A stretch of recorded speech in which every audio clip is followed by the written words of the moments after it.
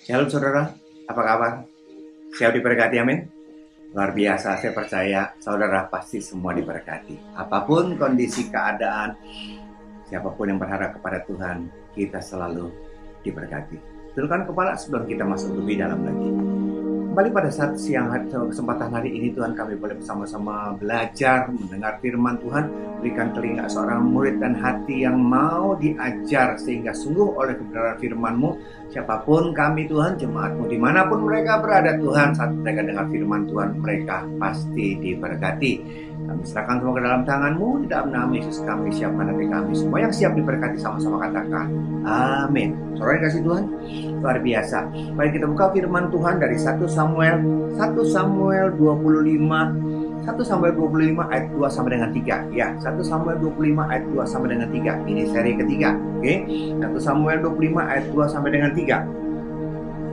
Ketika itu ada seorang laki-laki di Maon yang mempunyai perusahaan di Karmel. Orang itu sangat kaya. Ia mempunyai 3.000 ekor domba dan 1.000 ekor kambing. Ia ada di Karmel pada penguntingan bulu dombanya. Nama orang itu Nabal dan nama istrinya adalah Abigail.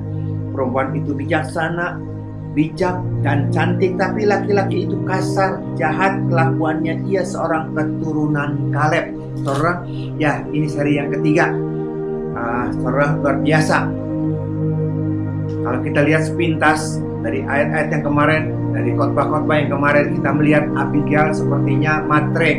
Dia bijaksana, dia cantik, dia orangnya baik. Kenapa dia mau kawin nikah dengan Nabal yang bebal sesuai dengan namanya, yang kasar, yang jahat, saudara?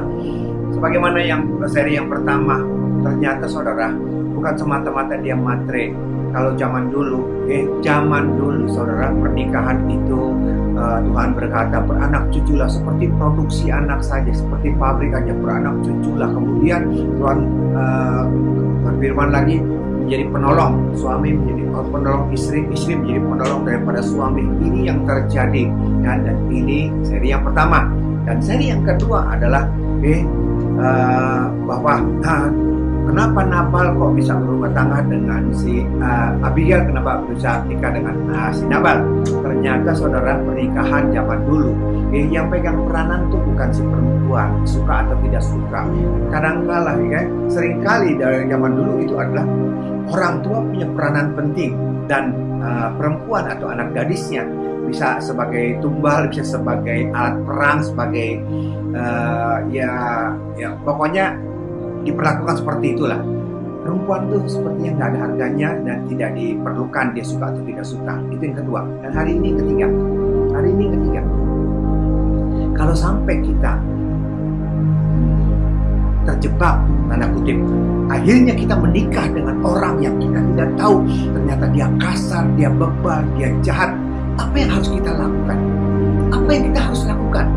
Saudara, ini yang terjadi. Seringkali tanpa kita sadar, mungkin karena kita sudah kurang teliti waktu kita pacaran, akhirnya kita tertipu seperti membeli kucing di dalam karung. Kita ketahuan belangnya sesudah nikah. Apa yang harus kita lakukan? Saudara, apakah saudara kemudian jadi apatis? Terus saudara tidak peduli? Saudara putus asa? Saudara mau tukar tambah? Halo? Atau saudara mau minta cerai? Atau saudara tidak peduli lagi, kita cerai, atau saudara mau melawan dia? Apapun tindakan mereka, apapun tindakan saudara, memang saya tahu satu hal yang harus kita tahu. Kalau kita punya pasangan, entah itu suami kita yang jahat, entah itu istri kita yang jahat, kalau kita menikah, kebetulan pasangan kita seperti si Nabal, apa yang harus kita lakukan? Saudara, kembali kepada saudara dan saya. Ingat firman Tuhan. Memang akibat ulah, akibat perbuatan, akibat sifat daripada pasangan kita, langsung atau tidak langsung itu berdampak buat kita. Halo, buat pasangannya. Saya ulang lagi. Apapun yang dilakukan oleh pasangan kita yang jahat itu, seringkali ulah mereka itu berdampak buat pasangannya, baik langsung maupun tidak langsung. Nah, di sini sikap kita harus seperti apa? Sikap kita harus seperti apa? Mau kita benci, mau kita marah, mau kita cuek, atau kita mau terserah, pasrah, atau kita mau melawan. Saudara, kita lihat Abigail, luar biasa Abigail. Kita lihat sekarang di dalam 1 Samuel 25. 1 Samuel 25 ayat 14 sampai dengan 17. 1 Samuel 25 ayat 14 sampai dengan 17. Demikian firman Tuhan. Tetapi kepada Abigail, istri Nabal, telah diberitahukan oleh salah seorang bujangnya, katanya, ketahuilah, Daud menyuruh orang dari padang gurun untuk memberi salam kepada Tuhan kita, tapi ia memaki-maki mereka. Padahal orang-orang itu sangat baik kepada kita. Mereka tidak mengganggu kami, dan kami tidak kehilangan apa-apa selama kami lalu lalang di dekat mereka ketika kami ada di ladang. Mereka seperti pagar tembok sekeliling kami siang malam selama kami mengembalakan domba-domba di dekat mereka. Oleh sebab itu, pikirkanlah dan pertimbangkanlah apa yang baru harus kau perbuat, sebab telah diputuskan bahwa celaka akan didatangkan kepada Tuhan kita dan kepada seisi rumahnya, dan ia seorang yang dursila sehingga orang tidak dapat berbicara dengan dia. Saudara, apa yang dilakukan? Laporan datang kepada Abigail tentang kedatangan daripada utusan. Orang datang memberikan laporan sikap daripada si Nabal menghadapi utusan daripada Daud. Dimaki-maki mereka. Siapa kamu? Siapa Daud? Ini yang terjadi. Dan orang utusannya pulang dan menyiapkan satu rencana yang jelek buat keluarga besar daripada si Nabal. Apa yang harus dilakukan? Sikapnya seperti apa? Abigail bisa berkata begini, ya aku bisa apa? Aku cuman istri, yang pegang kekuasaan kan Nabal. Kau tahu sendiri, Nabal sifatnya seperti itu, orangnya seperti itu. Kita bisa apa? Semuanya milik dia, kekuasaan dia. Kalau dia sudah berkata seperti itu, siapa yang bisa melembutkan dia? Bisa saja dia ambil aman dan diam seperti itu. Tapi Abigail tidak. Dia ambil inisiatif yang luar biasa. Dia ambil inisiatif. Apa yang dilakukan? Coba kita lihat. Ayat 12 dan 13. Lalu orang-orang Daud berbalik pulang, dan setelah sampai kepada ditahukan kepadanya tetap seperti yang dikatakan kepada mereka. Kemudian berkatalah Daud dengan orang-orangnya, kamu masing-masing sandanglah pedang. Lalu mereka masing-masing menyandang pedangnya. Daud sendiri pun menyandang pedangnya. Sudah itu kira-kira 400 orang maju mengikuti Daud, sedang 200 yang tinggal menjaga barang-barang. Lihat, kalau sikap daripada Abigail itu cuek, pasrah, tidak berdaya, diam-diam aja, dampaknya kita tahu. Lihat ini kan, kecelakaan ada menyertai memberatkan, kecelakaan, pembunuhan akan terjadi ada di sana. Dan sikap Abigail, dia tanpa izin segala sesuatu langsung ayat 18. Lihat ayat 18, apa yang dilakukan oleh Abigail. Lalu segeralah Abigail mengambil 200 roti, 2 buyung anggur, 5 domba yang telah diolah, 5 sukat bertatib gandum, 100 buah kue kismis, dan 200 kue arak. Dimuatnya lah semuanya ke atas keledai.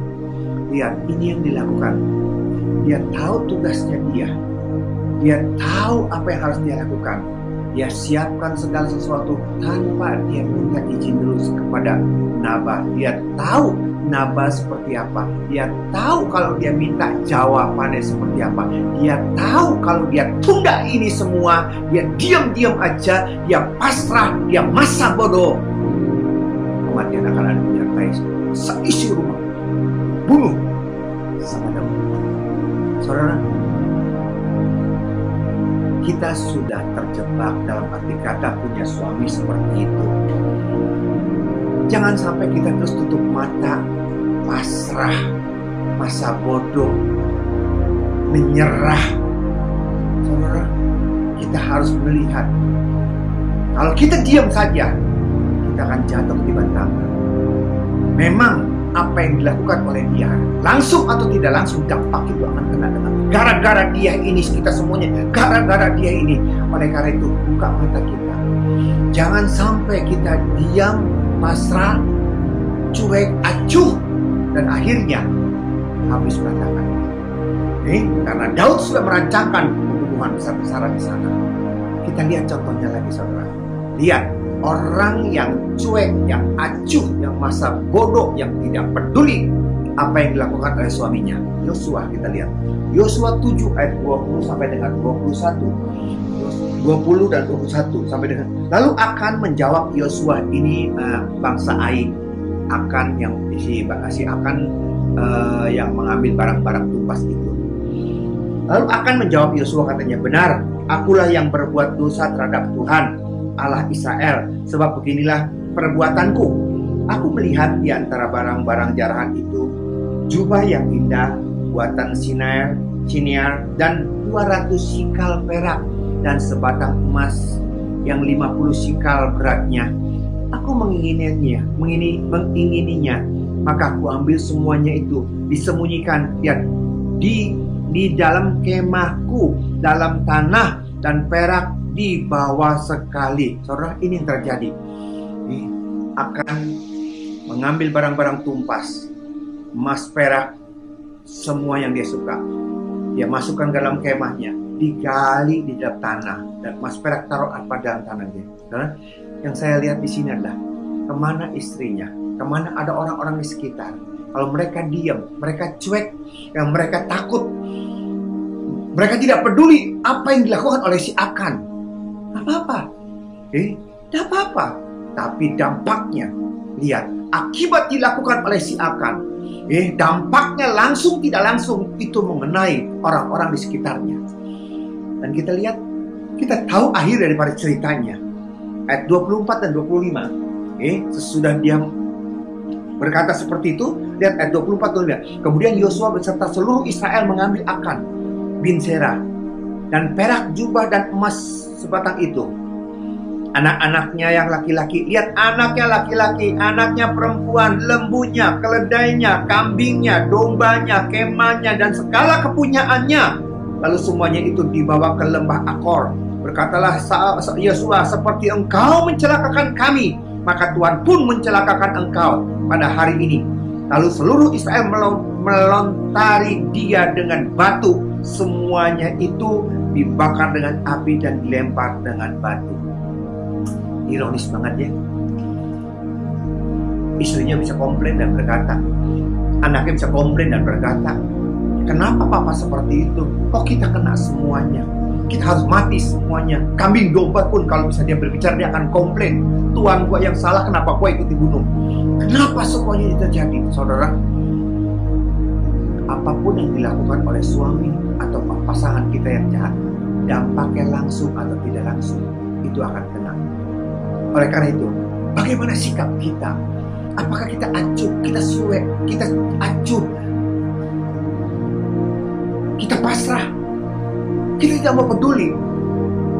Saudara, jangan sampai semuanya ini udah jatuh ketiban tangga pula. Kau diam-diam, akibat daripada perbuatan suamimu, akibat perbuatan daripada istrimu, dampaknya langsung tidak langsung akan mengenai kita. Jadi apa yang harus kita lakukan? Lawan itu. Loh, kok kan firman Tuhan kan suruh jangan lawan. Tapi dengan cara yang berbeda. Kita harus cerdik, tapi dengan ketulusan, bukan dengan licik, bukan dengan kemarahan, bukan dengan emosi. Kita harus tahu, kita tidak mungkin tukar tambah suami kita tidak mungkin tukar tambah istri kita. Tapi kita harus menghadapinya. Karena apa? Dia sudah menjadi suami kita, dia sudah menjadi istri kita, dia sudah menjadi pasangan kita. Kita tidak bisa membuang seperti itu aja. Siapa tahu memang karena untuk itulah kita nikah dengan dia. Saudara, kita tidak pernah tahu. Oleh karena itu, lawan. Jangan diam-diam saja. Lawan. Bagaimana caranya? Dengan kasih. Ada amin? Saudara, kalau saya dengar cerita ini kesaksian. Kalau saya dengar kesaksian ini rasanya gregetan banget. Rasanya gregetan banget. Kok ada orang yang begitu teganya? suami istri. Mereka sudah di atas 50 tahun, saudara. Usianya udah tidak muda lagi, udah matang, hampir busuk, udah matang. Dalam usia seperti itu, suasana pandemi seperti ini, istrinya kebetulan memang bisa pintar bikin kue, pintar masak, dan masakannya, bikinannya itu disukai. Oke, ada pesanan banyak.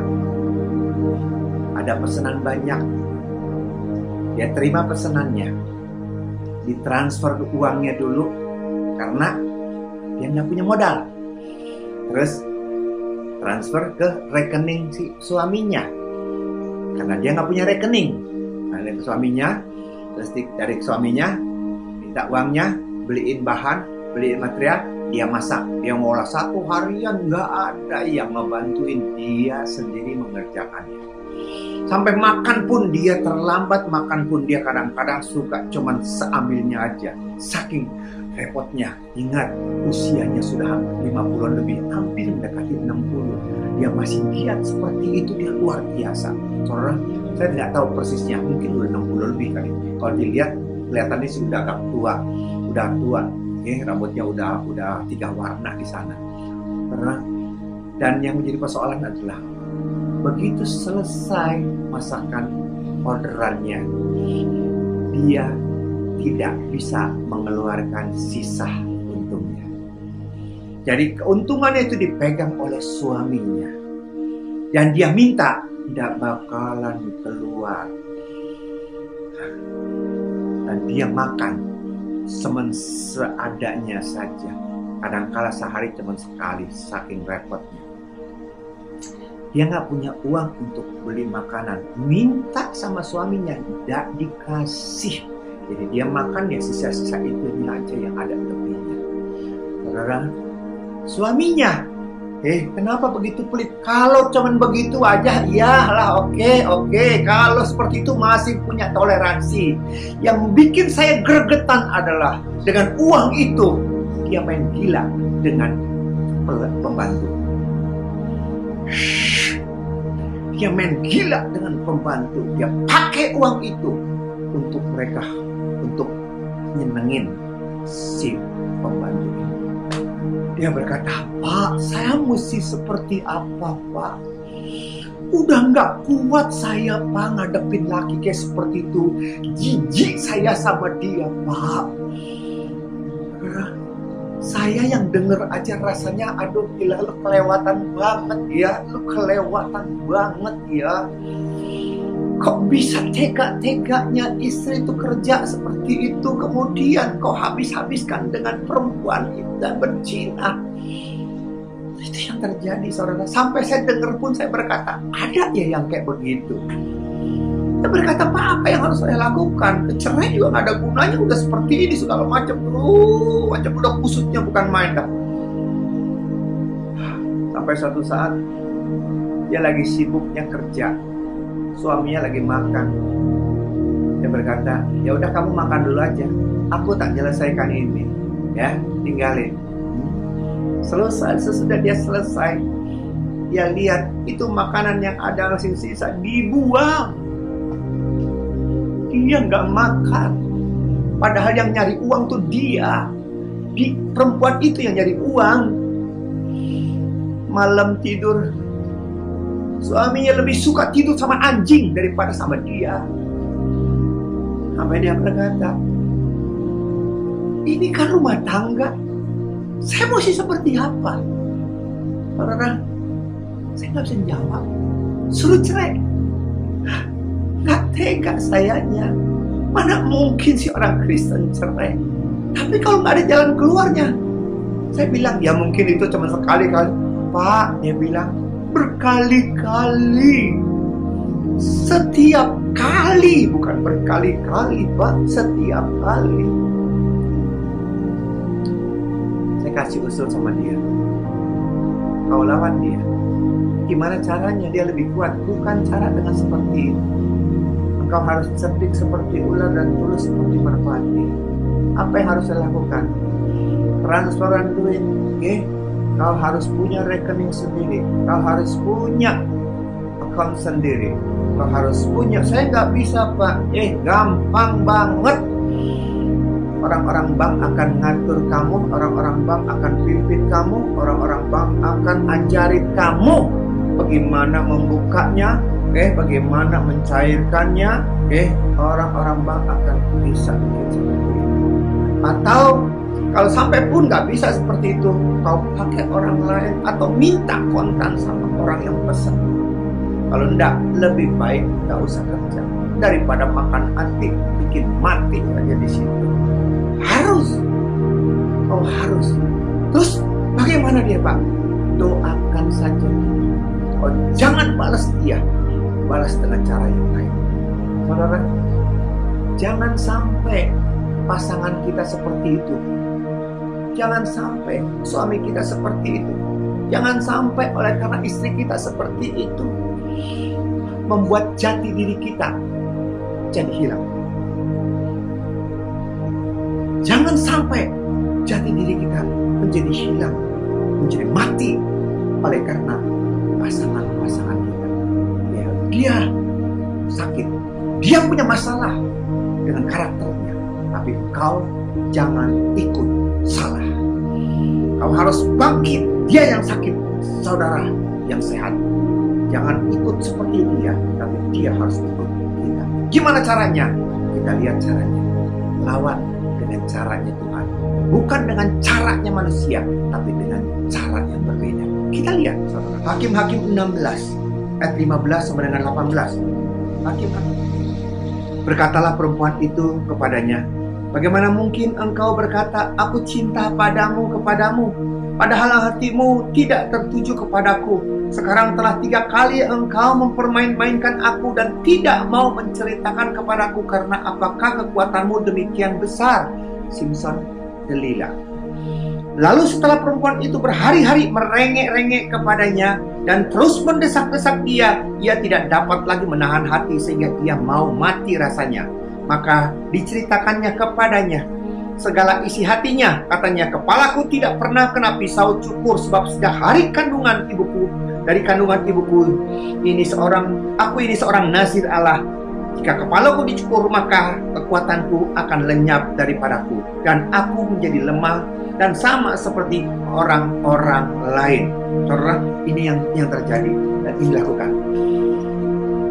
Simson, Delila. Bagaimana Delila menaklukkan Simson? Bagaimana Delila menaklukkan Simson? Simson yang begitu kuat luar biasa dengan rahang keledai. Berapa ribu itu orang mati di sana dengan hanya rahang keledai. Saudara, lihat pintu gerbang. Pada pintu gerbang digotong itu orang nggak ada kerjaan banget. Cuman buat kasih lihat powernya luar biasa. Orang yang luar biasa. Bagaimana dia kalah dengan Delila? Apakah kita lihat Delila itu masuk ke fitness center? Dia sewa personal trainer PT untuk melatih otot. Dia angkat barbel, dia angkat semua untuk bisa sehingga otot seperti mengalahkan, menyaingi Simson. Tidak ada ayatnya, saudara. Bagaimana dia menaklukkannya? Dengan air mata, dengan merengek-rengek. Simson takut. Orang yang begitu gagah, orang yang begitu luar biasa, kalahnya hanya dengan air mata, rengek-rengek. Lawan suamimu, lawan istrimu dengan cara yang berbeda. Kalau suamimu jahat, bebal, kasar, lawan dia dengan air mata, dengan kasih, dengan doa. Saudara, itu yang harus kita lakukan. Jangan kita pasrah, cuek. Saudara, kau diam, kau cuek, kau tidak peduli. Akibatnya kena kita sendiri. Kenapa kita tidak doakan? Kenapa kita tidak doakan dan bawa dia? Jangan emosi ikut sama semuanya. Jangan sama gila dengan dia. Tapi kita datang, kita hampiri, kita doakan dengan kasih. Jangan sampai jati diri kita tuh hilang oleh karena perbuatan daripada pasangan kita. Kita berdandan, kita bersolek, kita bertingkah laku seperti orang-orang waras. Jangan seperti dia yang tidak waras. Kemudian kita terhanyut seperti orang tidak waras dan akhirnya semuanya tidak waras. Tapi taklukkan dan kuasai itu dengan cara yang berbeda. Dan penyertaan Tuhan luar biasanya akan menyertai kita. Ingat saudara, Oh, doa orang benar besar kuasanya. Doa orang benar, sekali lagi, besar kuasanya. Saudara berdoa untuk pasanganmu. Saudara berdoa untuk perubahan, bagi Tuhan tidak ada yang mustahil. Maukah saudara? Maukah saudara mengambil alih? Mengambil alih yang harusnya bukan menjadi bagian saudara. Saudara mengambil alih untuk satu hal, pertobatan dia. Amin. Tundukkan kepala kita berdoa. Terima kasih Bapak. Kami tidak mau terjebak dengan persoalan masalah. Kalau kami sampai ada dalam satu rumah tangga yang sepertinya neraka buat kami Tuhan, kami tidak mau mundur. Karena tidak kebetulan kami ada di sana. Karena Kau ingin kami menjadi bagian, menjadi penyelamat, menjadi penolong buat mereka, buat pasangan kami yang ada dalam kegelapan. Tutup pungus kami dengan kuasa darah-Mu. Lindungi, jagai Tuhan jemaat-Mu yang mengalami keadaan seperti ini. Mampukan mereka untuk menghadapinya. Sehingga sungguh kebenaran firman-Mu nyata. Bukan berkat jasmani saja yang mereka terima. Bukan saja perubahan daripada suami yang mereka terima. Tapi keselamatan dari pasangan mereka dapat mereka nikmati. Terima kasih Bapak. Berkati Presiden, Wakil Presiden, Gubernur, Dokter, Suster, dan semua jajaran yang terendah. Bungkus mereka dengan kuasa darah-Mu, lindungi, jagai ekonomi Indonesia dipulihkan. Di dalam nama Yesus, kami percaya Tuhan menyertai, memberkati jemaat-Mu dimanapun mereka berada. Berkati mereka, lindungi mereka, tutup bungkus mereka dengan kuasa darah-Mu. Rumah tangga, keluarga, usaha mereka diberkati. Terima kasih Bapak. Dalam nama Yesus kami sudah berdoa. Haleluya. Amin. Demikian saudara firman Tuhan. Sampai jumpa dalam sesi yang akan datang. Tuhan Yesus memberkati. Shalom.